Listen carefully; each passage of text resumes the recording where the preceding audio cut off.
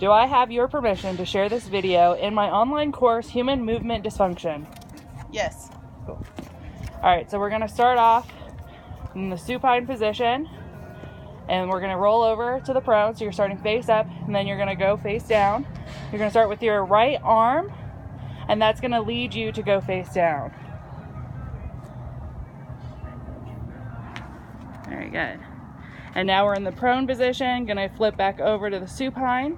So still using this right arm, you're going to use that to guide you all the way face up. Very good. And now we're going to go for the other arm. So you're going to use the left arm to take you over to face down. And then your left arm to guide you back to face up. Oh, wait. Very good. And now we're going to use the lower body this time. So you're going to start with your right leg. Right leg guides you to flip over. Very good. And then right side again, flip back, face up. Left leg takes you face down. And then left leg takes you face up. Hold on.